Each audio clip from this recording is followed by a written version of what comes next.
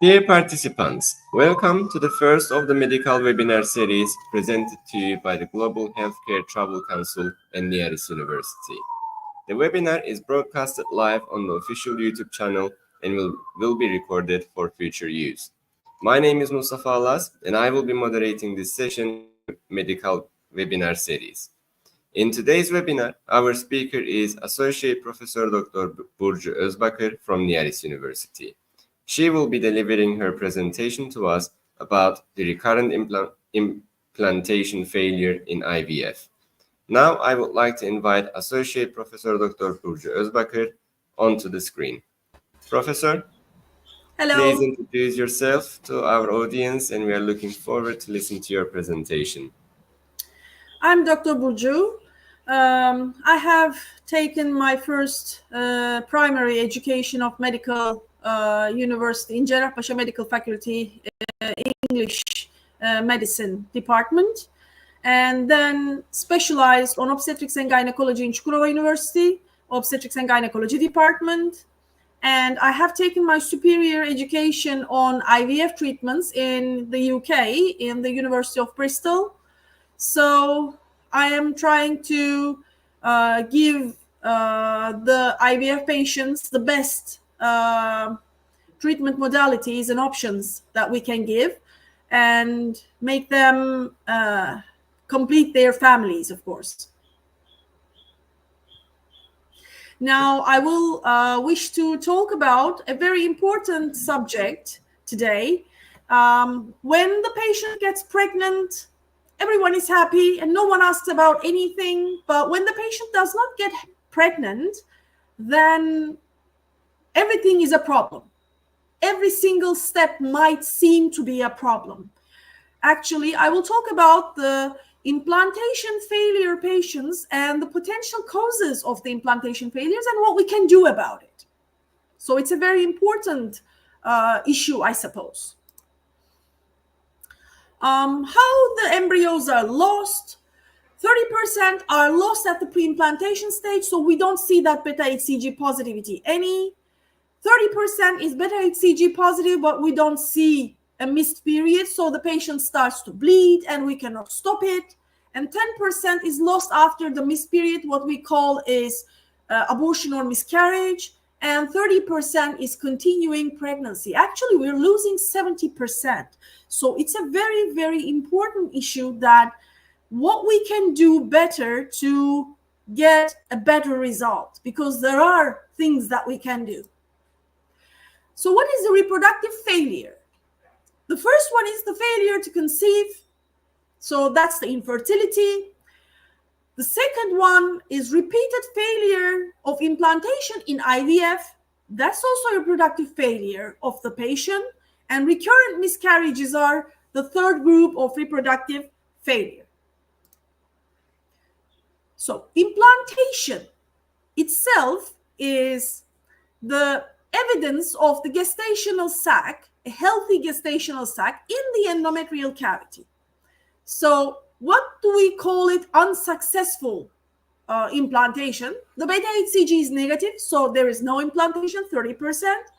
Or beta-HCG is positive with no gestational sac positivity, no gestational sac seen in the endometrial cavity, which is called the biochemical pregnancy. The beta-HCG gets positive, but we don't see the gestational sac in the intrauterine cavity, in the ultrasound scan in the preceding days. So, recurrent implantation failure definition is a little bit undiagnosed situation because there are too many definitions about the same thing. So sometimes the patient falls into the recurrent implantation failure definition up to one definition and sometimes does not fit in with the second definition. So mostly what we use is the failure of IVF after the transfer of at least 4 good quality embryos in a minimum of 3 fresh or frozen cycles in women below the age of 40. ESHRE has decided in 2023 to changed the modality that we define the patients. So they made it more interactive. They defined it up to a prediction program, IVF prediction program, and the 60% of pregnancy chance threshold is used. So you get in the information of the patient to the program. You can see the link in the slide, and it gives you the potential diagnosis of the patient, if it fills in the recurrent implantation failure or not, and what we can do about it. Or your clinic may have their own records. And again, 60% pregnancy chance threshold should be used. So your clinic might be a little bit more successful than the normal population. Then you might end up with the recurrent implantation failure definition with less loss of embryo. When we come to the etiology, why do we see recurrent implantation failure? We have the embryonic causes, the genetic causes, the poor embryo quality might be the reasons, the maternal causes, the age, especially the maternal age, genetic etiologies of the maternal phase, the uterine anatomical abnormalities, endometrial functional abnormalities, even the uterus seems to be normal, thrombophilias, connective tissue disorders, immunological factors might cause the recurrent implantation failure. For the paternal causes as well, we have the sperm DNA fragmentation as a question mark and the genetic part as well. So we are always thinking from three aspects, from the maternal aspect, from the paternal aspect, and the embryonic aspect to decide which one is the reason for the recurrent implantation failure. When we come to the uterine cavity abnormalities, to explain them in detail, we have the congenital malformations of the fusion defects of the Mullerian duct. We all know uterine septum is the most common thing. So the area within the endometrial cavity is mostly occupied by the septum. That's why the embryo implants to the septum most of the times. And because of the low blood perfusion on the septum, the implantation does not go on. Or maybe sometimes the patient has fibroids, leiomyomas, especially intramural or submucous fibroids can distort the endometrial cavity, obstruct the canal of the cervix or the tuba, and also submucous fibroids also by producing expressing some genes changes, and it changes the endometrial receptivity as well. So it's not only physiological. There is also a functional discapacitation of the endometrial function. And for intramural fibroids, there is always a question mark because it has been shown that the myomectomy did not improve the pregnancy rate. So we are always thinking 2 times or 3 times before doing a surgery to an intramural fibroid.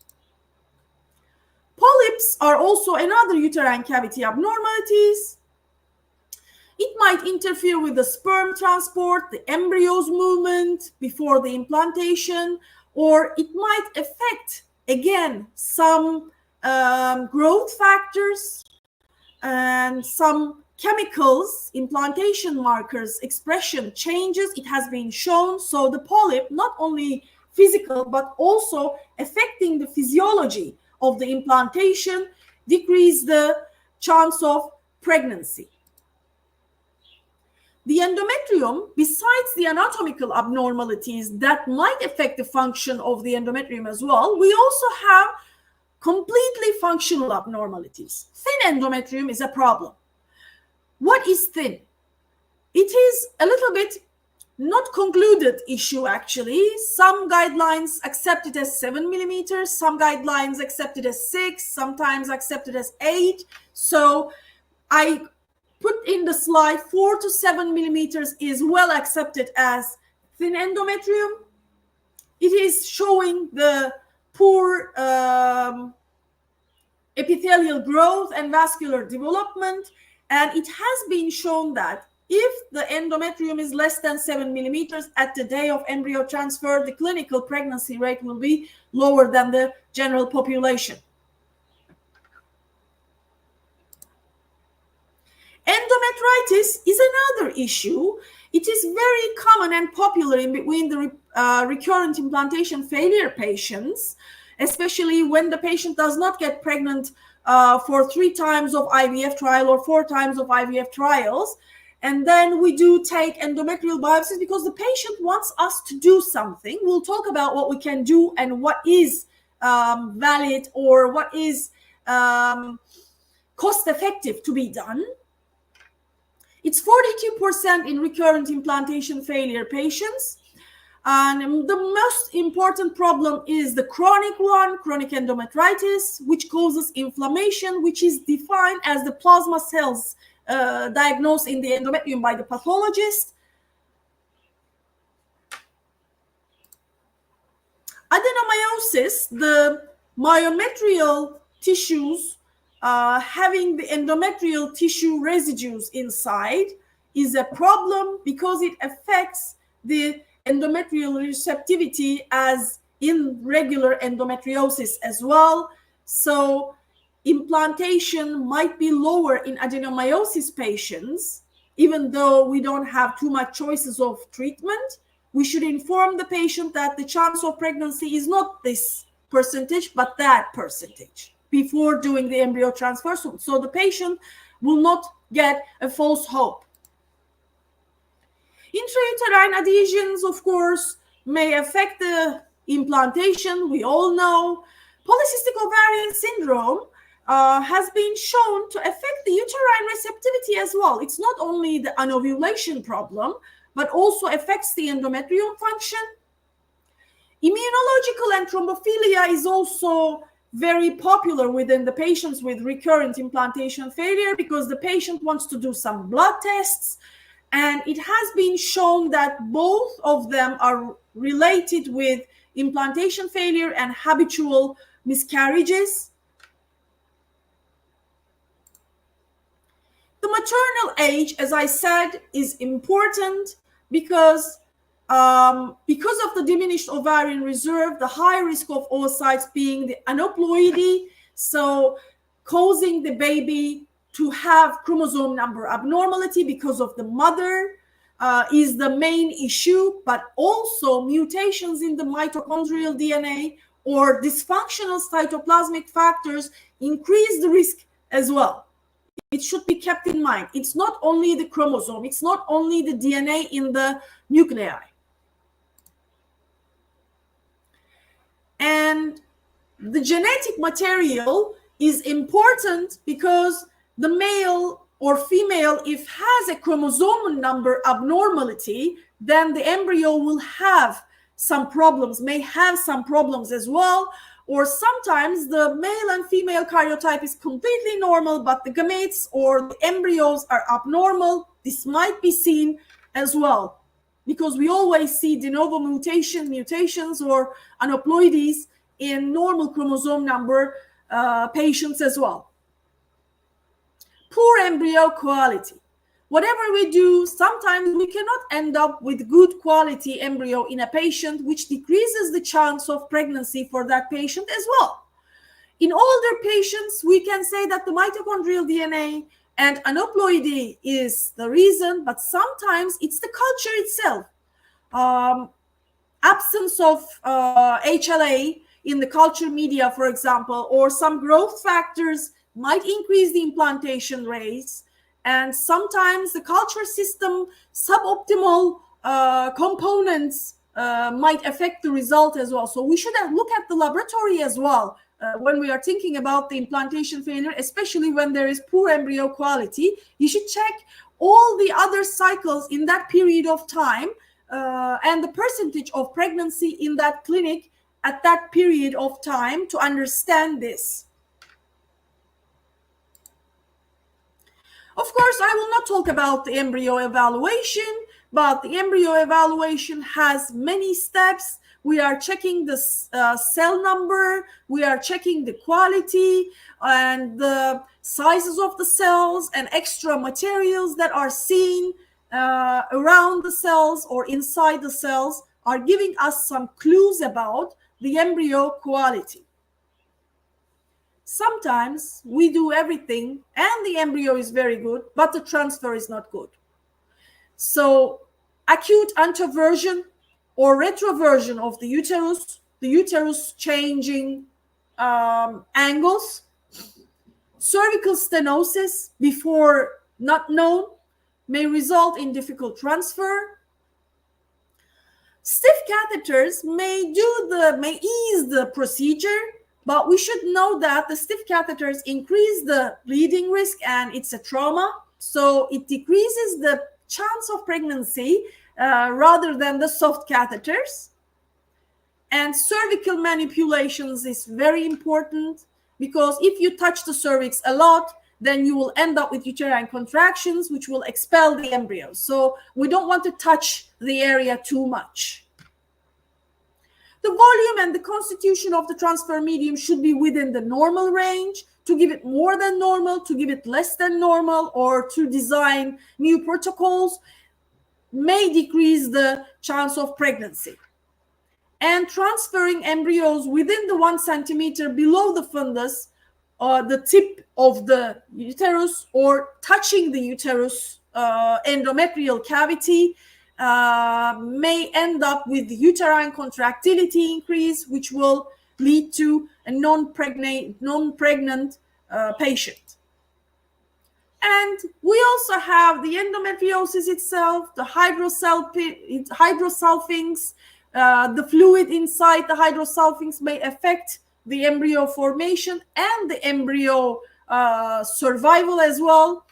Controlled ovarian hyperstimulation itself causes a very high level of estradiol in some cases, and it affects the endometrial receptivity as well. So sometimes turning to the frozen embryo transfer cycles might be good in especially hyperstimulated patients. Diabetes and thyroid diseases are also may affect the result. We'll talk about the quality of evidence in the preceding slides.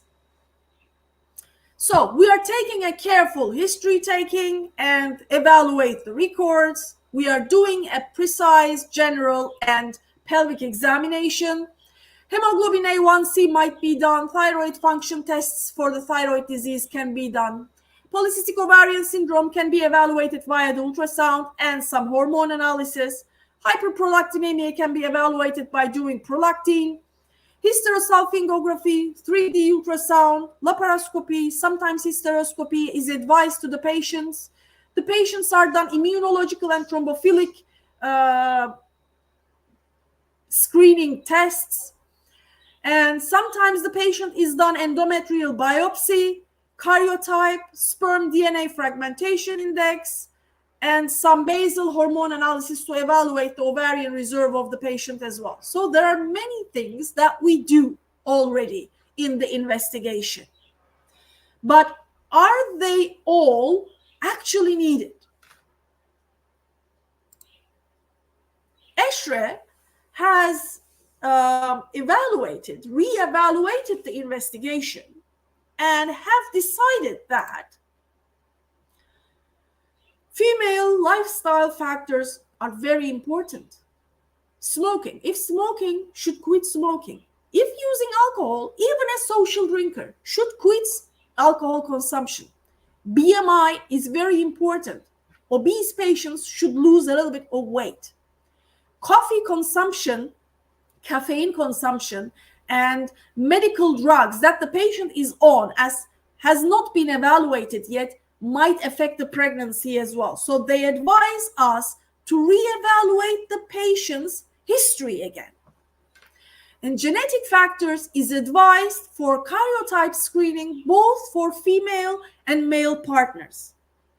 For uterine cavity abnormalities, if you have, you can do the 3D ultrasound scan, or if you have any suspicion, you can do MRI, hysteroscopy, saline infusion sonography, or laparoscopy if you have high suspicion of a congenital or acquired abnormality of the endometrium. If you have hydrosulfics, it says that you should do the ultrasound, and if you are suspicious, then you should do the hysterosalpingography. You should not do the hysterosalpingography to all patients. And endometrial function disorders, it did not remove the endometrial receptivity test done with the endometrial biopsy, and it advises the chronic endometritis to be excluded by hysteroscopy-assisted endometrial biopsy. So we are advising to have the endometrial biopsy to all of the patients who have recurrent implantation failure. For the thin endometrium, ESHRE says that if it's less than 7 millimeters, then do hysteroscopy to rule out the Asherman syndrome. For thyroid diseases, TSH screening is advised, but for diabetes, polycystic ovarian syndrome, and hyperprolactinemia are not proven to cause the recurrent implantation failure, and the patient has clinical information as well. So in the history taking, you can catch up many things about these patients. So it's not evaluated in all of the patients. If you are suspicious of diabetes, of course you are screening for the diabetes, but you are not doing these tests to all of the patients. Vitamin D deficiency is not proven to cause recurrent implantation failure, so ESHRE does not advise us to check the vitamin D. And microbiome evaluation of the endometrium is not proven to affect the implantation, so it's not advised to be done as well. Premature progesterone evaluation or progesterone deficiency may affect the pregnancy rate and may be forgotten sometimes to be evaluated. So late follicular or mid-luteal progesterone level evaluation may mean something for the patients who have recurrent implantation failure, but it is advised that late follicular or mid-luteal progesterone level should be looked at the patients not in the treatment cycle, but in the mock cycle. Immunological screening is not advised. Thrombophilia is not proven to cause the recurrent implantation failure, so it's not evaluated. But sometimes we know that antiphospholipid syndrome may be evaluated for the patients who have clinical signs of the antiphospholipid syndrome. Mitochondrial DNA deficiencies might be the reason, so mitochondrial DNA content might be evaluated, but ESHRE does not advise us to evaluate the mitochondria as it's not proven to affect the implantation. Poor embryo quality is important, but the AI tools that are evaluating the embryo, like the time-lapse technology, are not standardized and they are not proven to improve the pregnancy rates, so it's not advised as well.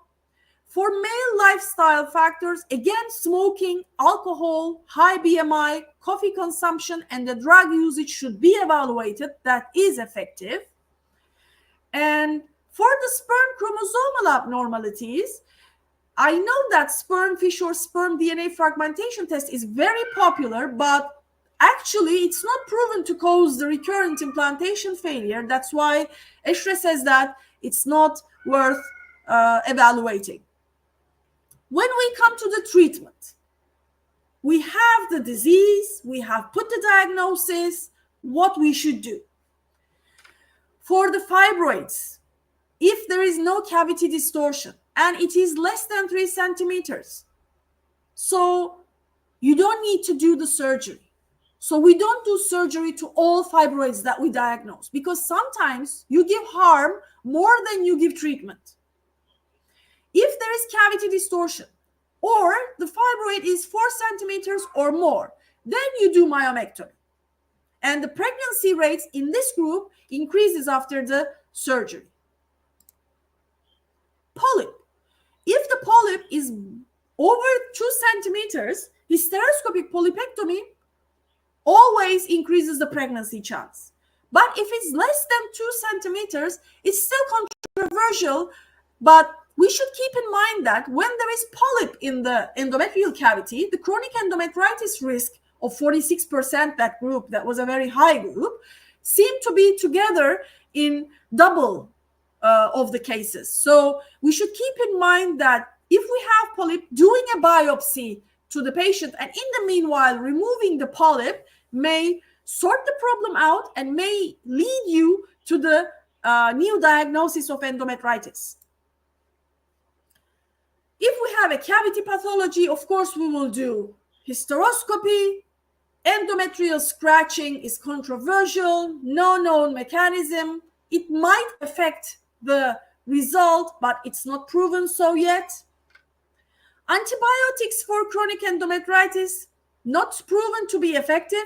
So giving antibiotic to the patients who have chronic endometritis will not sort the problem out, because the problem is not the infection anymore. It's the inflammation, the reaction of the body to the past infection, and which does not pass is the problem. And HCG administration, no study with the recurrent implantation failure patients, so we don't know. Atosiban administration after the embryo transfer is controversial to decrease the uterine contractility. It's not proven. Intravenous immunoglobulin usage, not proven to be effective. Co-culture is completely controversial. There are some literature proving that, showing that there is effect of co-culture, and some of them are showing there is no effect on the recurrent implantation failure patients. So for the chosen group of patients, if you do the analysis for the recurrent implantation failure patients, co-culture seems to be not working as the ESHRE guideline says. And hyaluronic acid enriched transfer medium may increase the pregnancy rate. So the hyaluronic acid addition to the transfer catheter is advised. For thin endometrium, what we can do, we are giving the estrogen orally, but it's not effective. Low dose aspirin may increase the perfusion, so it's advised. Vaginal sildenafil, vaginal estradiol, they are controversial. Antifibrotic treatments are controversial. Endometrial PRP is very popular nowadays, especially endometrial PRP for the thin endometrium is completely controversial. So it's not proven in the recurrent implantation failure patients to increase the pregnancy rate. So we should keep in touch with the new literature about what's going on newly. PGS for aneuploidy in the poor embryo quality patients may increase the pregnancy rate, says ESHRE, but it's controversial for implantation failure patients. So in general population, if you have poor embryo quality, it advises the PGS, the pre-implantation genetical screening, to the embryos, but implantation failure patients are not specifically studied. Assisted hatching is completely controversial for the implantation failure patients, so it seems not to be increasing the potential of pregnancy more than the general population. Cytoplasmic transfer, to take the donor's cytoplasm, give it to the oocyte of the female patient in 5 to 15% of the ooplasm change. It's not proven for the recurrent implantation failure. That's why it's controversial. In general population, it seems to be effective a little bit. Co-culture seems not to be effective. Unfortunately, co-culture is out of date. Blastocyst transfer, if you can reach a blastocyst, then of course you will have a better pregnancy rate. But for recurrent implantation failure, there is no extra effect of blastocyst transfer. And of course, gamete donation in poor embryo quality is a way of solution. It's obviously working. suboptimal embryo transfer. The ultrasound-guided embryo transfer to the middle part of the uterine cavity is advised by ESHRE. Mock transfer prior to the actual transfer day is controversial. Aspiration of cervical mucus is controversial because when you touch the cervix, yes, you are removing the mucus. That's a positive effect. But in the meanwhile, you are causing the cervix to be irritated. That's why the uterine contractions will be increased. For endometriosis, there is no removal endometrioma benefit, so we are not removing the endometrioma anymore because it is decreasing the ovarian capacity of the patient in the meanwhile. But non-ovarian endometriosis surgery might be controversial. New researches are needed about this issue. If the patient has hydrosulfings, sulfangectomy should be done, or at least clips should be put to the tubes for the intratubal fluid not to leak into the endometrial cavity. For controlled ovarian stimulation, postponing the embryo transfer might be effective. Softer ovulation induction protocols yield lower estradiol levels, which will yield improved endometrial and embryo quality. So not to give the highest dosage as possible will yield better results. We should keep that in mind.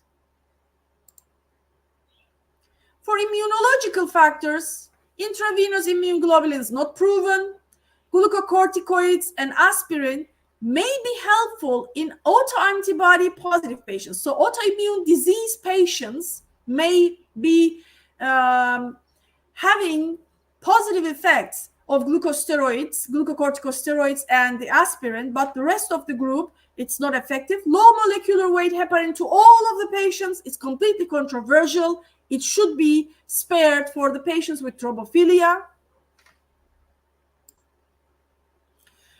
As I said, sperm DNA fragmentation situation is not advised to be evaluated, but if it is evaluated, antioxidant therapy to the patients with low sperm count, low sperm motility or morphology, antioxidant therapy giving directly might be a good option. And we should keep in mind as well, the sperm in the testicles have lower DNA fragmentation than in epididymis or ejaculate. So if we are ending up with sperm factor recurrent implantation failure, if you're feeling like this, maybe TISA may be a better option for the patients to achieve sperm. If the patient has thyroid disease, we give the treatment. Vitamin D and metformin is not studied in recurrent implantation failure patients up to so far, so we're not advising them. So the ESHRE says, as a summary, endometrial injury is not working. Intravenous intralipids have more side effects than the effect. It's not recommended. Intravenous immunoglobulins are not advised. PRP, there is no enough study to prove it, so not advised for recurrent implantation failure patients yet. Intrauterine HCG injections, not advised for recurrent implantation failure patients yet. GnRH agonists and aromatase inhibitor pretreatments seems to have no effect. It's not advised. Pre-implantation genetic testing for aneuploidies, especially if it's CGH or NGS, can increase the pregnancy rate, so it's advised. Blastocyst embryo transfer is advised. Assisted hatching is not advised. Time lapse and other things that we have talked about, there are no studies about the recurrent implantation failure patients. Hyaluronic acid supplemented embryo transfer may be advised. We have talked about it. And treatment based on the diagnostic findings. So to do a physical examination properly is very important, which increases the pregnancy rate. Thank you for listening to me. Thank you very much, Assistant Professor Dr. BURCU ÖZBAKIR, for your valuable presentation. I'm sure our audience enjoyed and benefit from the information that you have provided. I'm checking the YouTube if we have any questions. We don't have, it looks like we don't have any questions, but our audience are thanking you, Madam, for your valuable presentation. It was very good to have you with us. You have provided very good information. I'm sure all of the audience enjoyed. Since we don't have any questions at the moment, I think it's time to close the session. But